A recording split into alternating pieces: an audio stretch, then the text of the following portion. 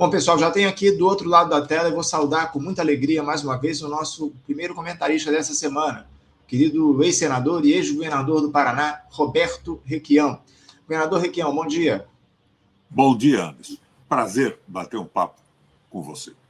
Prazer sempre nosso, uma alegria sempre tê-lo aqui conosco no Faixa Livre, Requião. Quero agradecer demais por você ter aceitado mais uma vez o nosso convite para a gente falar um pouco sobre essas questões importantes que a gente tem no cenário da política nacional, especialmente envolvendo esse processo eleitoral que já está chegando no próximo mês de outubro. Estamos aí a menos de 9 meses das eleições presidenciais, mas o fato é que o ano começa, o Requião, com muitas expectativas, não só, obviamente, pelo processo eleitoral, mas também pelo que a gente vai ter no Brasil ao longo desses próximos meses. Temos aí um governo do presidente Lula que, nos seus 3 primeiros anos, tentou, de uma forma ou de outra, conciliar com o grande capital, fez uma gestão, ou tem feito uma gestão de única e exclusiva protagonismo, de único e exclusivo protagonismo da burguesia aqui no nosso país, e agora a gente está em meio a esses escândalos que avançam, essa situação envolvendo o Banco Master, também aquele escândalo do INSS que ainda continua no radar, enfim. Mas eu queria começar primeiro, Requião, te pedindo uma análise a respeito do que esse ano a gente pode esperar para a política aqui no nosso país, porque ano eleitoral, ano onde o grande capital, mais uma vez, mostra suas garras em relação a esses escândalos de corrupção que, fundamentalmente, corrupção e fraude, que fundamentalmente dialogam com os interesses da alta burguesia, enfim. O que é que a gente pode esperar desse ano de 2026, Requião? Pergunta fácil de responder.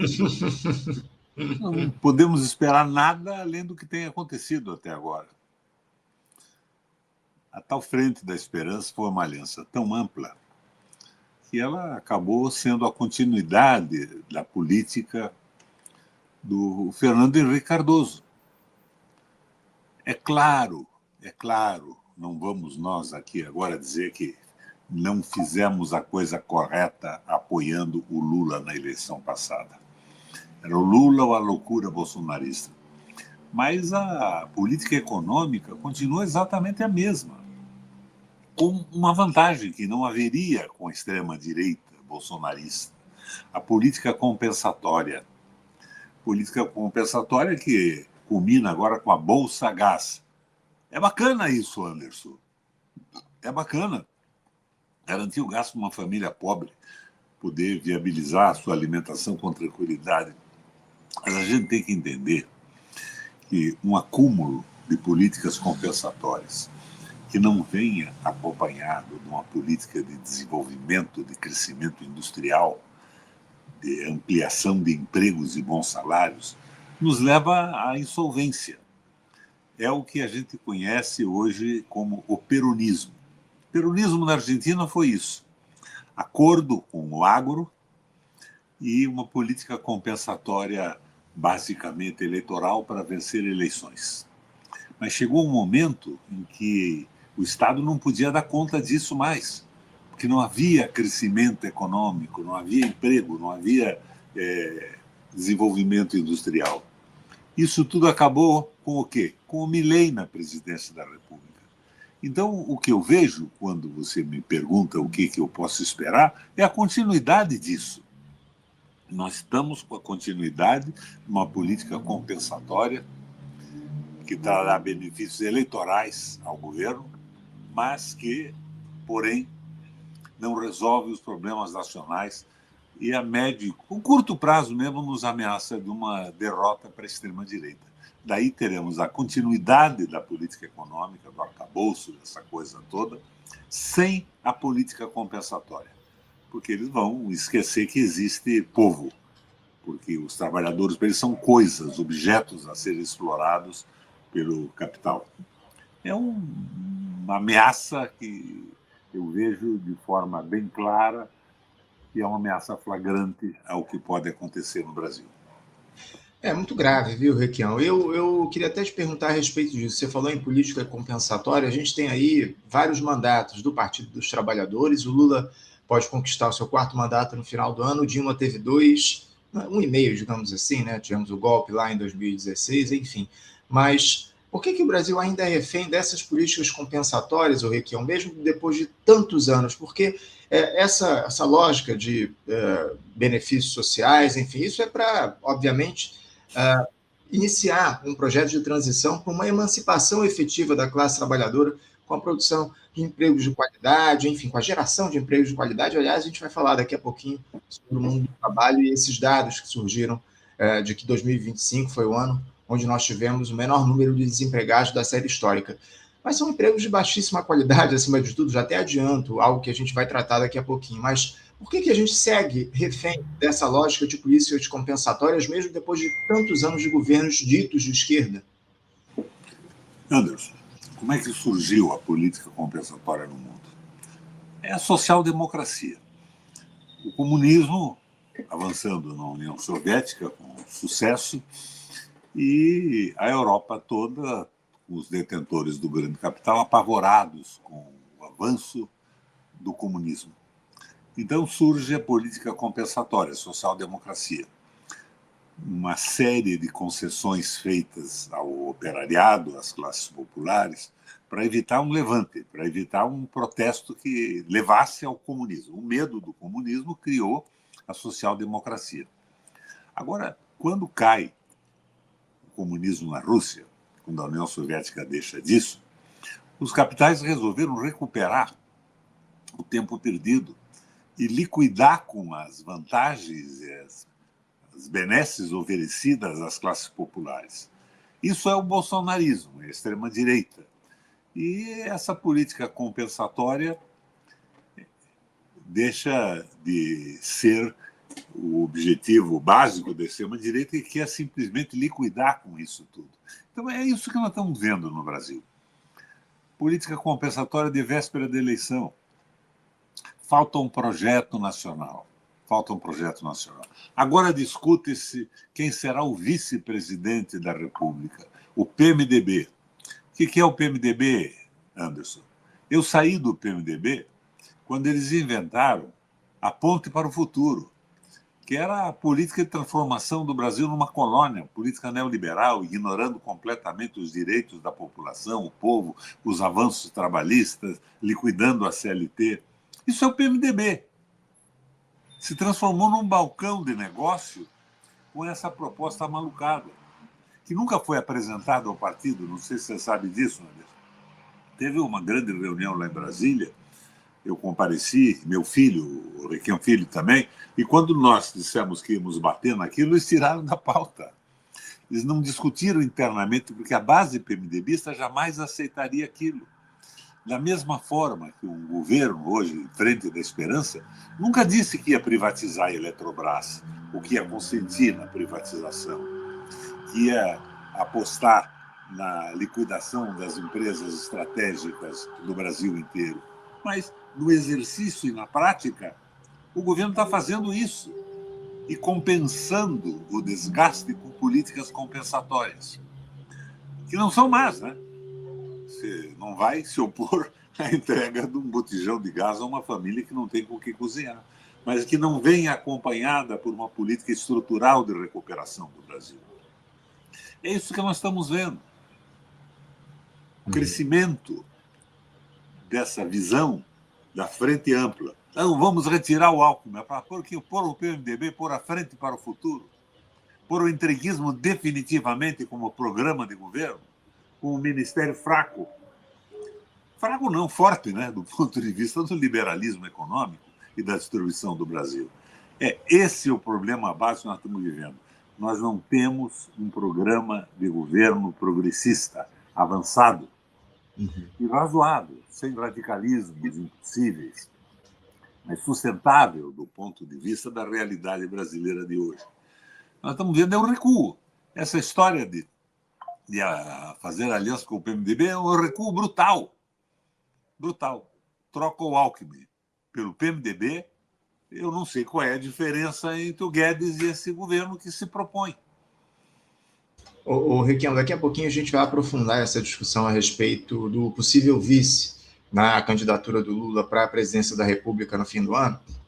Mas antes eu queria te perguntar algo que me chama a atenção. O presidente Lula foi eleito lá em 2022 sob a promessa de que faria um projeto de reconstrução nacional a partir do debacle que o país sofreu diante do bolsonarismo, enfim, do desmonte que foi feito aqui no nosso país, uma série de políticas públicas, enfim. Eu queria te perguntar justamente a respeito disso. O Brasil começa 2026, ano eleitoral, melhor do que começou lá em 2022, onde o presidente Lula foi eleito naquele ano, 4 anos depois. O Brasil está, de fato, numa situação de... A classe trabalhadora está em uma situação de vida melhor do que a gente tinha lá em 2022, Requião? Não vou te dar opinião, vou te dar alguns dados, sobre os quais nós já conversamos aqui no seu programa.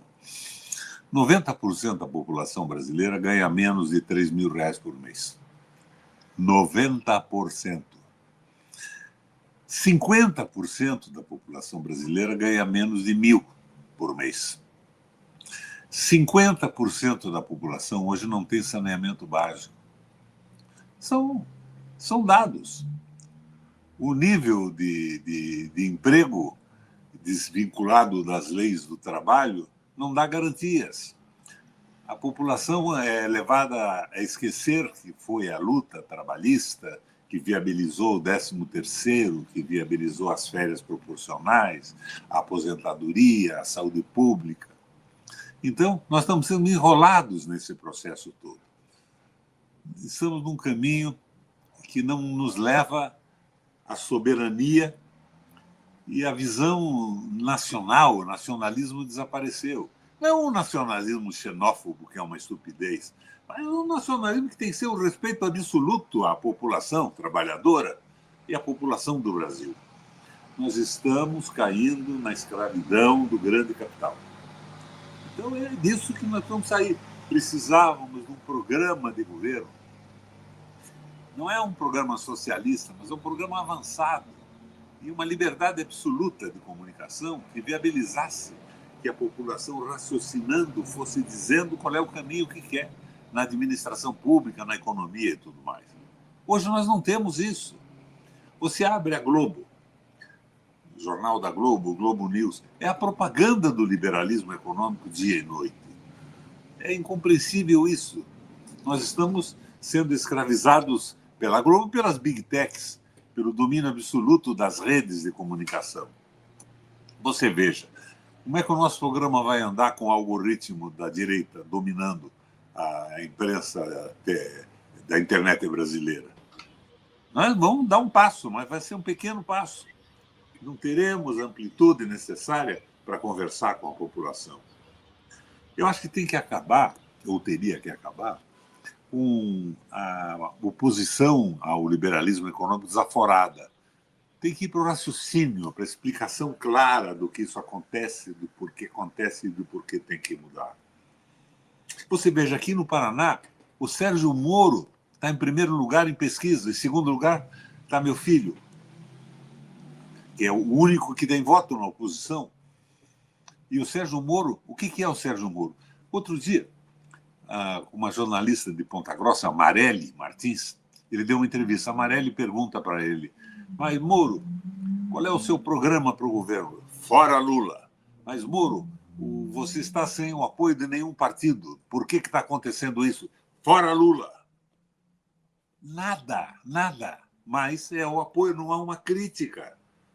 Não há uma crítica ao que acontece. Se lembra da festa da cueca aqui no Paraná? Exatamente o Jeffrey Epstein. Festa da cueca convidando desembargadores, autoridades, provavelmente para filmar e montar um esquema de pressão e de chantagem. O Tony Garcia tem denunciado isso todo dia. Não há uma notícia na imprensa nacional para mostrar que o efeito Jeffrey Epstein no Paraná existia também na mão dessa gente.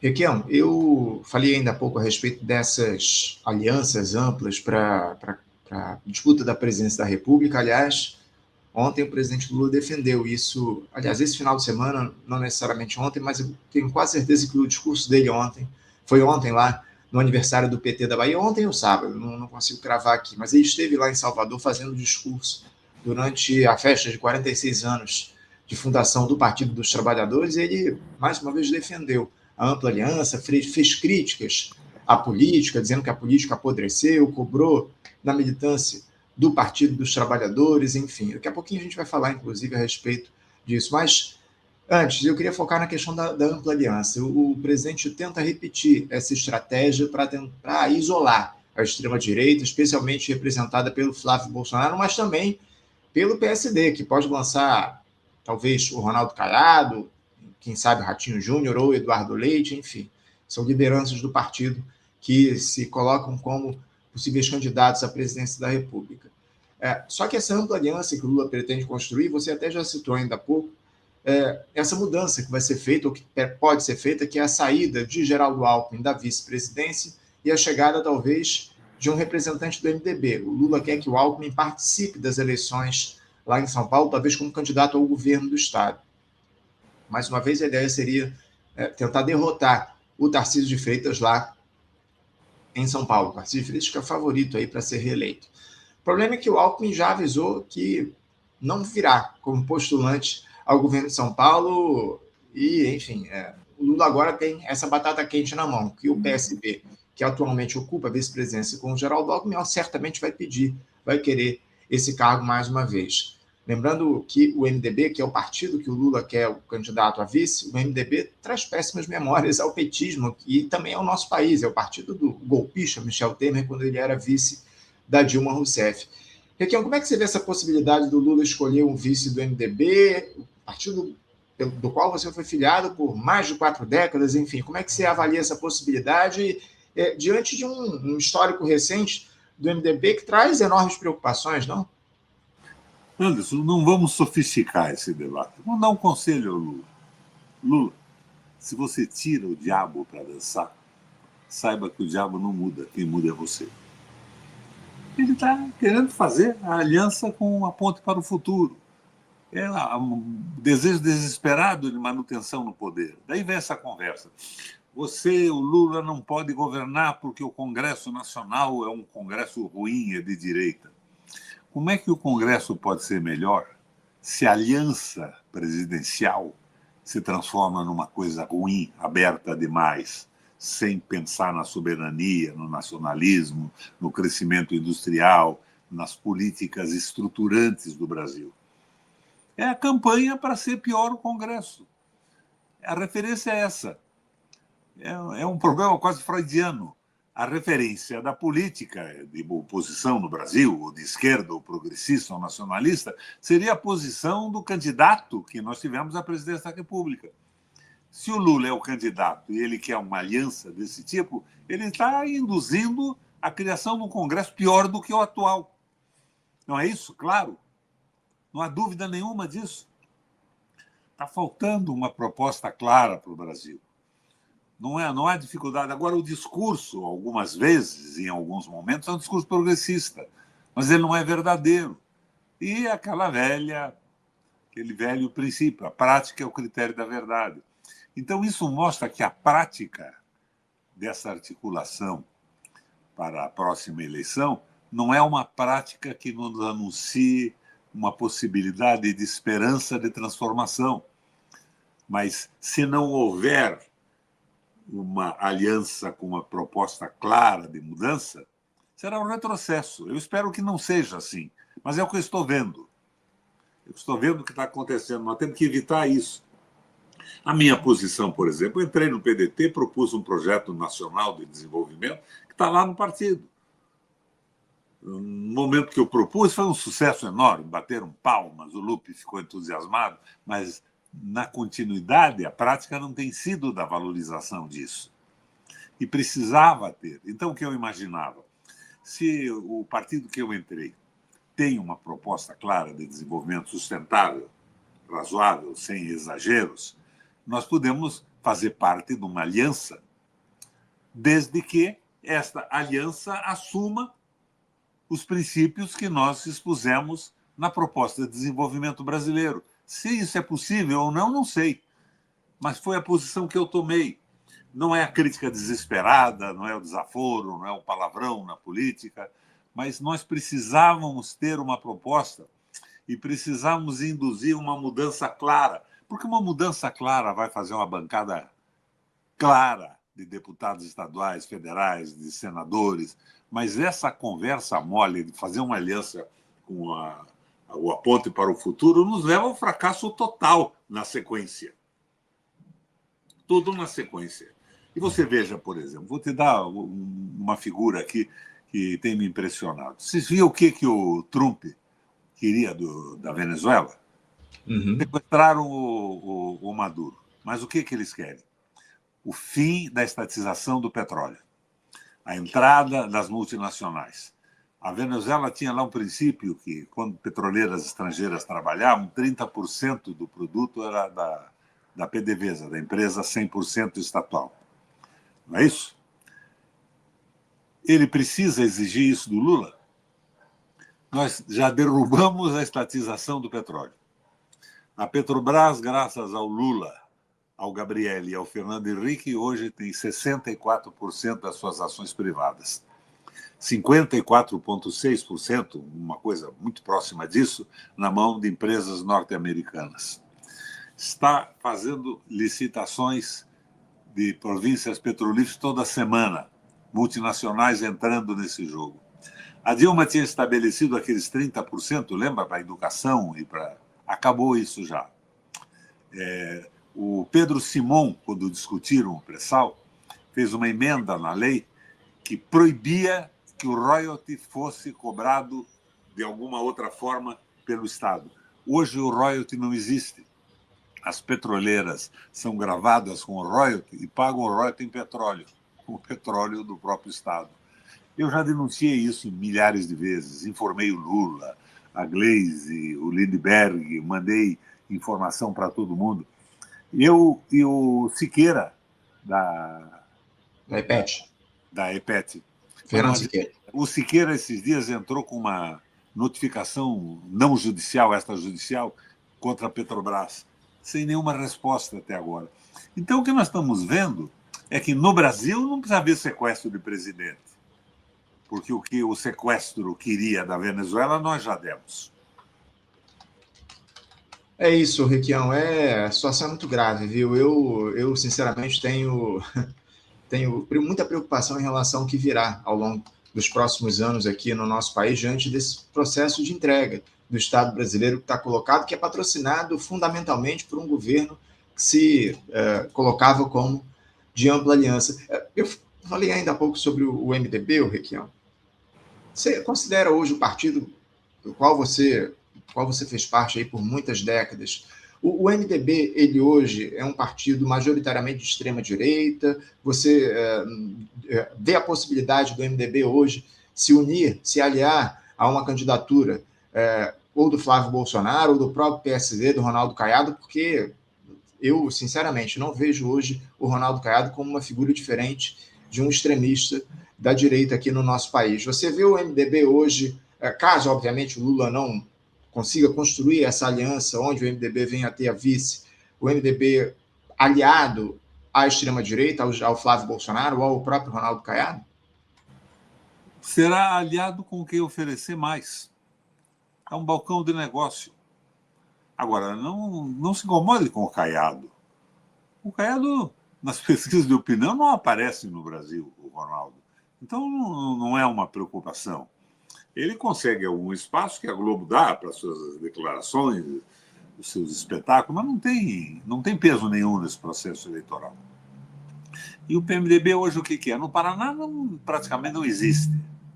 Não é? Aliás, o PT no Paraná não existe. Nós temos 399 municípios no Paraná, Anderson.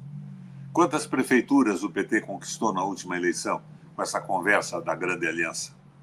3 em 399. Então, está faltando o quê? Está faltando uma proposta que entusiasme as pessoas, que façam que os velhos nacionalistas, os militantes, todos se levantem e vão à luta esclarecendo a população, motivando o eleitor para um crescimento do Brasil com justiça social, com valorização das pessoas, com valorização do projeto nacional. É isso que nós precisávamos. Então, eu queria que o Lula acordasse e se colocasse como o artífice de um projeto dessa natureza. Mas não, ele vai fazer aliança com o PMDB, com a Ponte para o Futuro, vai fazer que tipo de aliança? Já conversando diretamente com aquele cara do... O presidente desse partido aí, como é o nome dele? O MDB? Que quer ser candidato a senador outra vez? O presidente do MDB, você diz? Não, eu falo do outro partido, não é do PP, né? Do Progressistas? Eu vou lembrar aqui, eu vou buscar aqui na internet, mas já digo. Você veja bem, ele é tão importante que eu não lembro o nome dele. É isso. Deixa eu até buscar aqui o nome do presidente. O Ciro Nogueira, né? Ciro Nogueira. Exato, foi ministro lá do Foi Jair. Senador comigo. Fomos senadores juntos. Mas já apoiou o PT em alguns momentos, apoiou Lula. Mas é aquela coisa. É isso. Requião, me chamou a atenção numa resposta anterior que você citou que o projeto de desenvolvimento nacional que você apresentou quando se filiou lá o PDT, enfim, foi exaltado pelo próprio presidente do partido, ele está meio que, digamos assim, escanteado, está parado dentro do partido.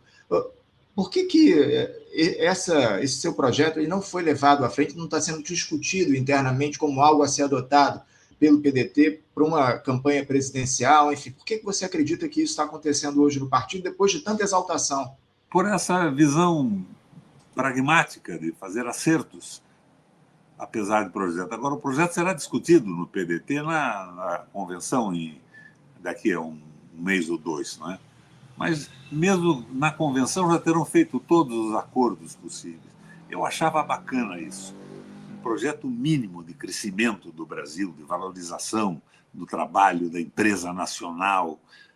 Um projeto sustentável, sem ousadias absurdas. E daí nós iríamos para o acordo nacional. Então, o Lula é o candidato, tudo bem, mas qual é o compromisso que assumimos nessa frente em relação ao Brasil e ao nosso projeto?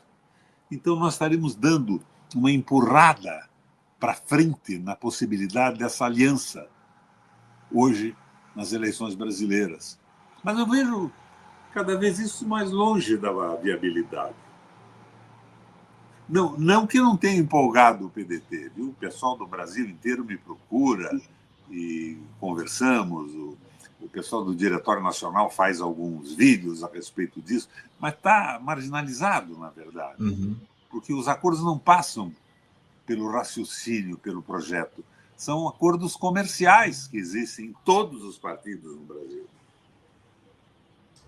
E é isso que está acontecendo. Agora, existe a possibilidade de que isso aconteça. Existe. Não sei como. Não vou racionalizar isso. É a esperança minha apenas. Não se suporta em nada mais do que na esperança. Requião, você vê hoje o PDT voltado para a possibilidade de novamente apoiar o presidente Lula nas eleições desse ano? Porque essa, obviamente, é uma discussão que deve estar acontecendo dentro do partido, ainda que a gente esteja aí há 9 meses das eleições presidenciais. Você acredita que o PDT hoje possa fazer parte dessa ampla aliança com o PT a partir do projeto que o presidente Lula vai apresentar? O meu sonho, Anderson, era que nós tivéssemos o projeto do partido e que fizéssemos uma aliança não pelos acordos eleitorais, negociação eleitoral, mas pelo projeto. Apoiaria uma proposta de governo. Porque é ridículo isso de apoiar nomes. É o fulano, é o Alckmin, se não é um nome do PMDB, quem? A Simone Tebet. Não tem cabimento, não tem conteúdo algum isso. O conteúdo é esse que eu pretendia que o PDT colocasse nesse processo. Mas vamos ver o que acontece. O Lupe se entusiasmou com a proposta quando eu apresentei, mas depois nunca mais nos falamos. Entendo. Requião, você, digamos que haja essa possibilidade, caso o PDT reconstrua ou faça parte dessa ampla aliança com o PT, você vislumbra a possibilidade até de deixar o partido? Porque você hoje faz uma oposição bastante responsável em relação ao governo que está no país, ao governo do PT, ao governo de ampla aliança. Você faz críticas contundentes, como tem feito aqui, e você se filiou ao PDT com a possibilidade ali de partir para um projeto alternativo à esquerda. Você vê hoje, caso o PDT se alie a essa ampla aliança mais uma vez nas eleições de outubro, qual a posição que você vai ter dentro do partido? Eu acho que o PDT, a médio e longo prazo, é um espaço importantíssimo para ressuscitar aquela linha das conquistas do trabalhismo no Brasil.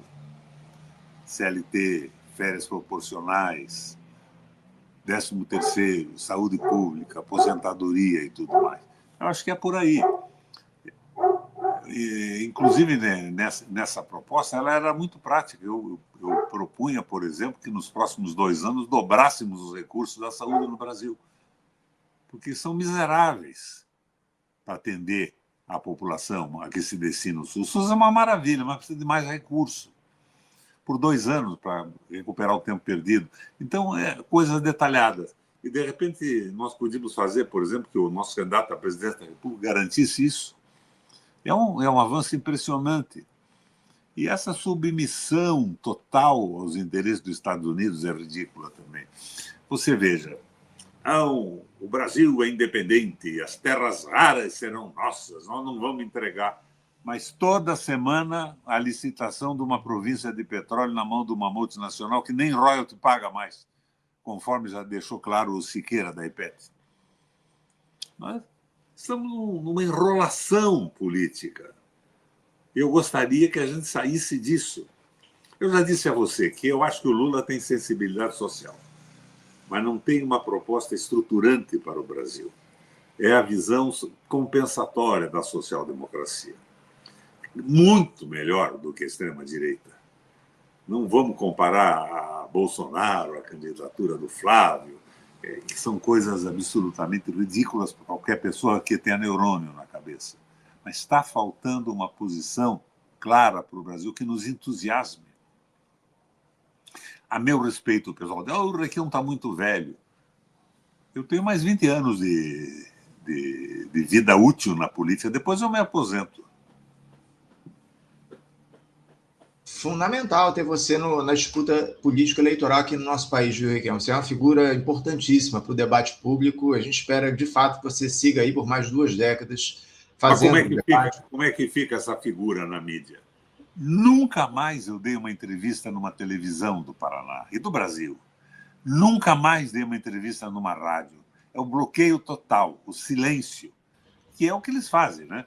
O que eu digo a respeito da política do governo, o Ratinho não comenta, o Lula não responde, o Moro não responde. É uma coisa simplesmente absurda. Moro, o que você acha da venda da Copel? Fora Lula! Moro, o que você acha do desastre do aumento das tarifas de água e de energia depois da privatização no Paraná? Lula fora! Eu sou contra a corrupção. Mas queriam fazer aquele fundo de 2,6 bilhões para eles gerirem com o dinheiro das multas junto com os Estados Unidos. O que é isso? É ridículo isso. Eu vi uma entrevista do Moro agora na internet. Ele não diz nada, rigorosamente nada. Vamos apresentar um projeto para o Paraná? Não tem projeto algum, não tem ideia do que seja saneamento básico, do que seja desenvolvimento econômico, industrial, estrutura tributária, nada. É a conversa mole contra a corrupção, quando, na verdade, eles eram uma alavanca a favor da corrupção internacional e do capital liberal. São corruptos, a meu ver. Corruptos porque não conseguiram entender o Brasil e o mundo. Essa turma de discurso único, que é a turma da extrema-direita, enfim, lamentavelmente é o que a gente vê por aí cada vez mais na política no nosso país. Para a gente fechar o pacote que eu abri aqui falando do PDT, o Requião, eu queria que você comentasse algo que a gente ainda não falou aqui, não trouxe contigo no programa, que foi a saída do Ciro Gomes do partido, do Ciro, que era a principal figura do PDT, saída dele no finalzinho do ano passado e filiação ao PSDB. Como é que você avalia essa movimentação feita pelo Ciro Gomes? Que objetivo ele fez essa movimentação, essa troca de partido, saindo do PDT e indo para o PSDB? PSDB é um partido decadente, um partido claramente aliado à direita no nosso país. Enfim, como é que você vê esse movimento do Ciro? Não é um partido decadente. É um partido inexistente hoje no Brasil. Agora, a idiosincrasia do Ciro. Não tem estratégia nisso, não tem nada. É a idiosincrasia pessoal. De repente chama a senadora de prostituta. Tem cabimento isso? Agora, a crítica que ele fazia ao governo, nessa época que ele se colocava como um provável candidato à presidência, é interessante. Algumas coisas que você pode não concordar, que eu achava até besteira, mas ele fazia algumas críticas interessantes. Ele elevava o nível da discussão política no Brasil.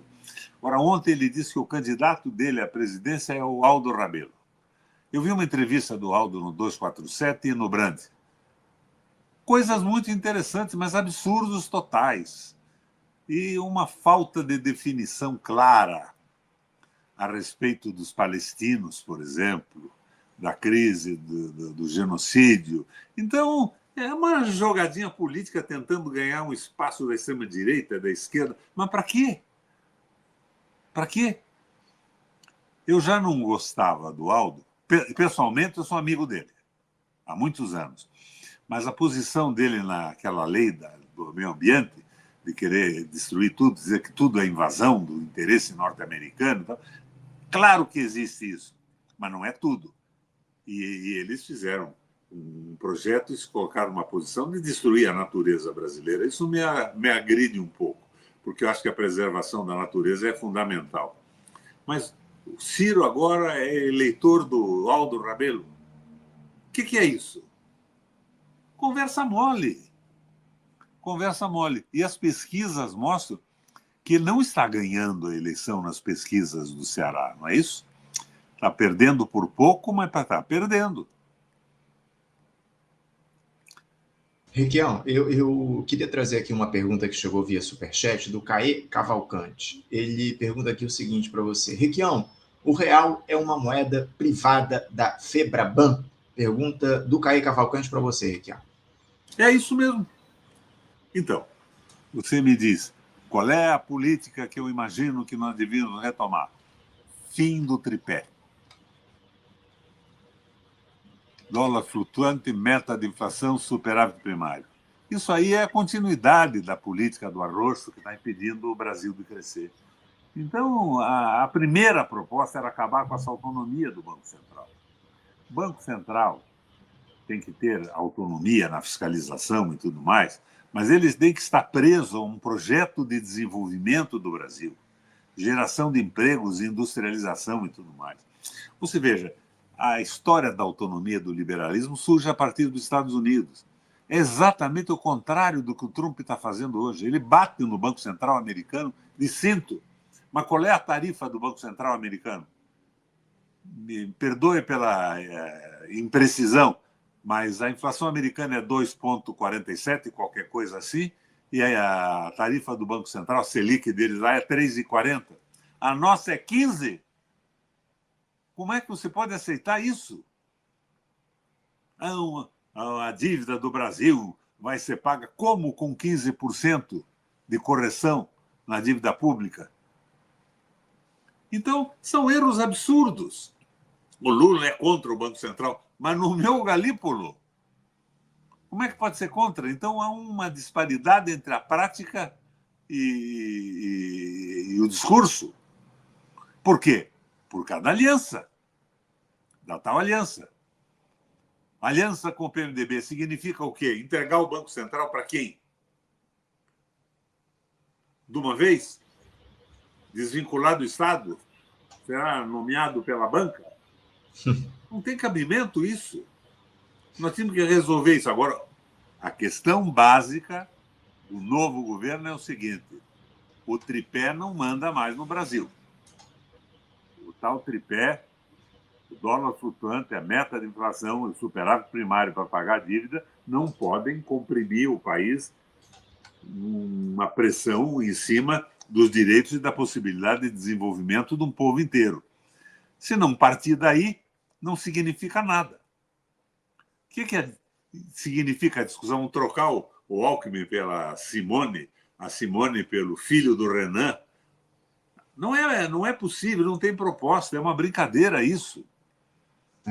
É isso. O Riquinho, eu queria aproveitar, eu citei mais cedo que o Lula esteve no aniversário do Partido dos Trabalhadores, enfim, um evento que aconteceu lá na Bahia nesse final de semana, e ele fez um discurso contundente. Aliás, o Lula de contundente só tem discurso, lamentavelmente é o que a gente tem visto ao longo dos últimos anos, é o Lula verbalizando bem, mas a prática dele é muito distante dos seus discursos. Mas o Lula citou um dos trechos desse discurso dele, ele disse que a política no nosso país apodreceu. Com essas palavras, ele citou exatamente esse termo. Mas apodreceu tanto que ele quer fazer uma aliança com o PMDB. E é isso que eu ia te perguntar. Esse processo de apodrecimento da política no nosso país, o Lula não é um protagonista nesse processo a partir dessas amplíssimas alianças que ele vem construindo, dessa lógica do toma lá da cá? O Lula não faz parte desse processo de apodrecimento da política? Como todos os políticos em ação hoje. Ele não é o principal protagonista, mas ele cede a isso. Como é que ele pode falar no apodrecimento da política com esse ministério dele, apoiando a venda da Eletrobras? O que apodreceu aí? Foi a política que apodreceu ou foi o governo federal neste setor? Não é? O que apodreceu? Vamos explorar as margens do Amazonas, mas daí licita para as multinacionais ocuparem aquilo tudo. O que está podre aí? Não é a política, é uma iniciativa do governo. Ele tinha que não estar de acordo com isso. É aquela história, vamos reconhecer a sensibilidade social do Lula, ele passou fome, ele foi empregado de salário mínimo, ele tem isso tudo, mas essa social-democracia e essa praticidade política, o que apodrece a política é essa visão prática, que não é uma visão ideológica, não é uma visão estrutural do país. Vamos ganhar a eleição de qualquer jeito. Vamos botar um vice agora escolhido pelo PMDB. Vamos escolher um vice por indicação de Eduardo Cunha. Quem sabe se isso não resolve o problema. É ridículo isso tudo, Anderson. E nós estamos vendo isso. E não estamos vendo a protesta e a crítica. Estamos vendo o elogio disso. Se abre a mídia, o Lula agora está pensando nisso. Em São Paulo, a Tebet sai do seu estado e vai ser candidato a São Paulo. Gosto muito dela. Minha amiga foi senadora comigo. Estivemos juntos há pouco tempo atrás, indo visitar o Pedro Simão lá no Porto Alegre, no aniversário dele. Uma menina bacana, uma mulher bacana. Mas tem a dó, né? Ideologicamente, o que acrescenta num projeto para o Brasil?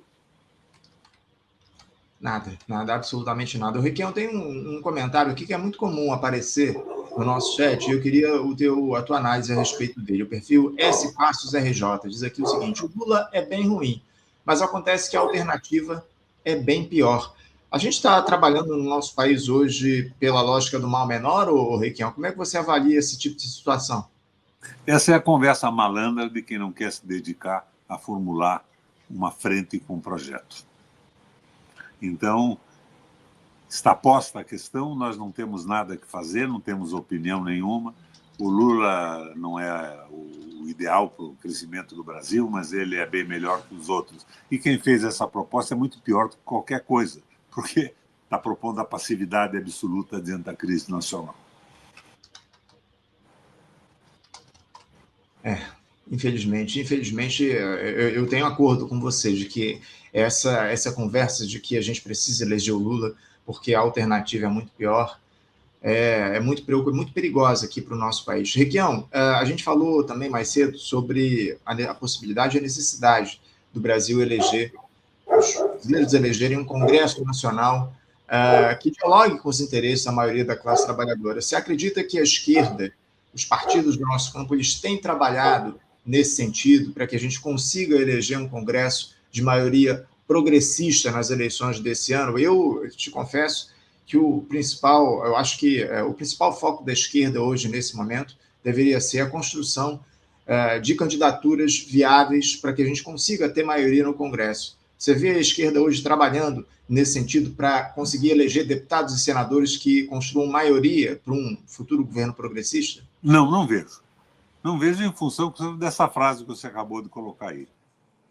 O Lula não é o ideal, não tem tomado a posição que nós gostaríamos, mas ele é o bem melhor. Não é bem assim. Quando o Lula se propõe a colocar o PMDB na vice, você acha que ele está melhorando a possibilidade de termos uma chapa progressista no Congresso Nacional? Está piorando. Ele está trocando o Alckmin pela ponte para o futuro. É ridículo isso. Agora, eu acho que, no fim, na eleição, nós vamos ter que votar no que for menos pior para o Brasil, de qualquer maneira. Tanto eu quanto você, não adianta de ficar choramingando aqui. Mas hoje a gente tem que assumir a condição de estar explicando o que está acontecendo, falando na falta de projeto e tentando abrir uma brecha para que nós tenhamos uma frente diferente no país. Essa conversa mole nos lva a ter um Congresso Nacional bem pior do que temos hoje. Bem pior. Será o Congresso Nacional do Lula, que concedeu a possibilidade da manutenção da venda da Eletrobras, junto com a ponte para o futuro do PMDB? Espera o quê de uma aliança dessa? Espera o quê? Por que discutir o Alckmin?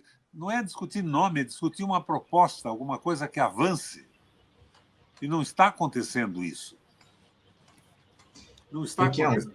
Eu queria avançar aqui num outro tema que eu separei para o nosso papo, porque é uma urgência do nosso país, tem tomado conta do noticiário, especialmente no campo da esquerda ao longo dessas últimas semanas, porque o governo Lula ele tem arrumado problemas com os povos indígenas a não revogar aquele decreto de agosto do ano passado, que prevê a instalação de hidrovias em 3 rios amazônicos, o Tapajós, o Madeira e o Rio Tocantins. Movimento liderado pelos povos do Baixo Tapajós e apoiado por povos de outras partes do Rio, como os Munduruku e os Kayapó, ocupa desde o dia 22 de janeiro o terminal da Cargill, lá em Santarém, no Pará, que movimenta milhões de toneladas de soja e milho. Enquanto o governo não revogar o decreto, os indígenas dizem que não vão deixar o local. O ministro da Secretaria-Geral da Presidência, o Guilherme Boulos, afirmou durante a COP30, se deve lembrar disso, no ano passado, que o governo faria uma consulta pública aos indígenas para decidir se prosseguiria ou não com as obras nos rios, o que configura uma privatização efetiva desses 3 rios amazônicos, algo que não aconteceu, essa consulta pública. No sábado, veio a notícia de que as obras do Tapajós teriam sido suspensas graças a esse protesto dos indígenas. Requião é um governo que não cumpre nem a palavra, não houve qualquer tipo de consulta pública como prometido pelo Guilherme Boulos lá na COP30 em um projeto que afeta enormemente a vida dos povos indígenas que vivem às margens do Tapajós, do Madeira e do Tocantins. É a verdadeira privatização dos rios aqui, desses 3 rios fundamentais para os indígenas e para o país. Como é que você vê isso, Requião? Eu vejo com horror. Horror. E vão privatizar esses rios aí. Transforma num negócio e entrega para o grupo econômico a exploração. A Cargill, você falou, a Cargill comprou aqui o terminal de grãos do Porto de Paranaguá. Quem é que fez isso? O nosso governo, o governo do Lula. Eu construí aqui em Paranaguá um terminal de álcool, privatizar o terminal de álcool. Agora, se quer falar em horrores que acontecem, eles privatizaram a entrada e a saída do Porto de Paranaguá, o Canal da Galheta. Fizeram uma licitação e entregaram isso para uma empresa belga associada para um grupo ligado ao Ratinho aqui no Paraná. Você sabe que é o único caso no Brasil? No Brasil não, Anderson. É o único caso no planeta Terra. Nós temos a participação privada em canais abertos, Canal do Panamá e outros canais, mas privatizar Porto, vão privatizar a Baía de Guanabara amanhã? Eles dizem que é o exemplo do Brasil, entrega da passagem do Porto, pedágio nos portos, na mão de empresas multinacionais ou de empresas ligadas ao grande capital. É uma loucura isso. Agora é o governo do Lula. Será que é isso que o Lula diz com o vice do PMDB? Ampliar a possibilidade dessas canalices? Não é possível. Então, Nosso papel é fazer pressão para que essa composição seja o melhor possível para o Brasil. Mas não vamos aceitar essa conversa mole de que é um ou é outro em cima de nomes, como se isso fosse uma eleição de beleza, desfile de modas ou qualquer coisa dessa natureza. Requião, para a gente fechar aqui o nosso papo, eu queria te questionar a respeito do seguinte: você está afiliado ao Partido Democrático Trabalhista, o PDT, a gente tem eleições lá no mês de outubro, você virá como candidato ao governo do Paraná, virá como candidato a deputado, você já decidiu o seu futuro político dentro do PDT, o que é que você pretende para essas eleições desse ano? O meu filho é candidato ao governo do Estado do Paraná. É o que está mais bem situado em relação ao Moro, que está na frente por enquanto.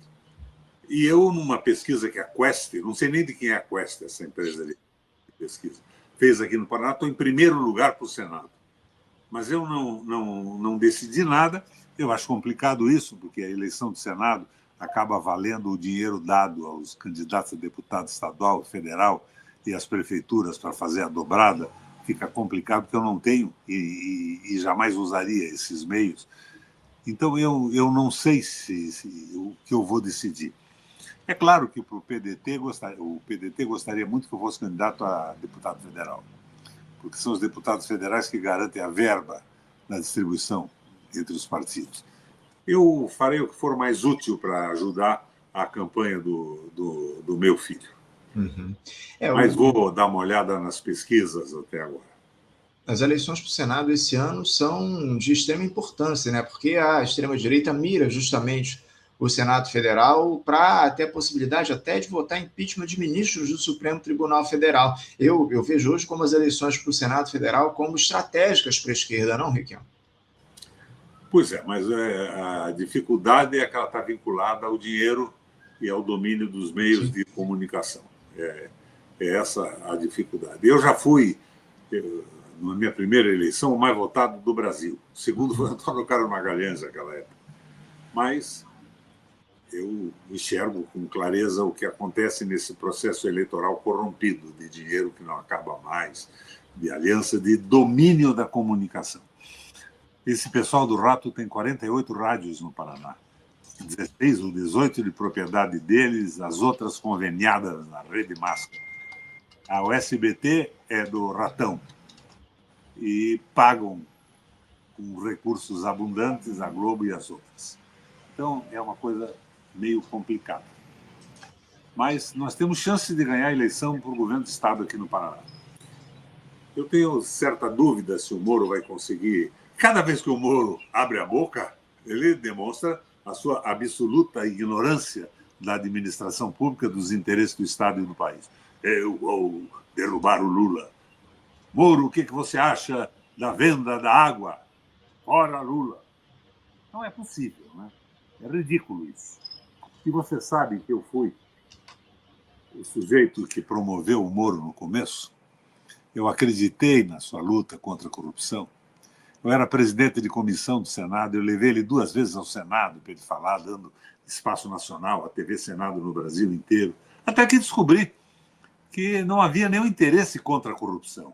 Era aquele jogo de destruir grandes empresas brasileiras, fazer acordo com os donos, com os proprietários, que não tinham punição alguma, botando na rua centenas de milhares de trabalhadores e abrindo espaço para o liberalismo econômico entrar no Brasil. É uma coisa meio doida, como esse acordo Brasil-Europa, que é também uma infâmia contra o país. Esse acordo Mercosul-União Europeia que a gente tem debatido a exaustão aqui no nosso programa. O fato é que a gente vai ter muito ainda tempo para conversar até as eleições, viu, Requião? A gente conta contigo aqui, sempre analisando, comentando no nosso Faixa Livre. Quero agradecer muito a tua presença. Você sabe que aqui você tem cadeira cativa, tem espaço no nosso programa. Muito obrigado. Já há mais de década você é comentarista nosso aqui. A gente tem muito interesse em dialogar contigo sempre aqui no nosso programa. As tuas opiniões são muito importantes para a gente. Obrigado mais uma vez, Requião. Uma boa semana de trabalho para você por aí. Vamos ver se a semente que nós plantamos aqui germina, que é a de abrir a perspectiva para um acordo mais progressista no Brasil, sem essa conversa mole do liberalismo econômico, e acabar com essa tapeação de um discurso progressista em uma prática entreguista. Um abraço. Um abraço, Requião. Valeu. Até a próxima. Conversamos aqui com Roberto Requião, ex-governador, ex-senador lá pelo estado do Paraná, falando um pouco conosco a respeito do cenário da política nacional, muitos temas que ele trouxe aqui no nosso programa, enfim, muitos elogios, inclusive, aqui chegando no nosso chat, a entrevista do Requião, uma grande figura aqui que está sempre prestigiando o nosso Faixa Livre.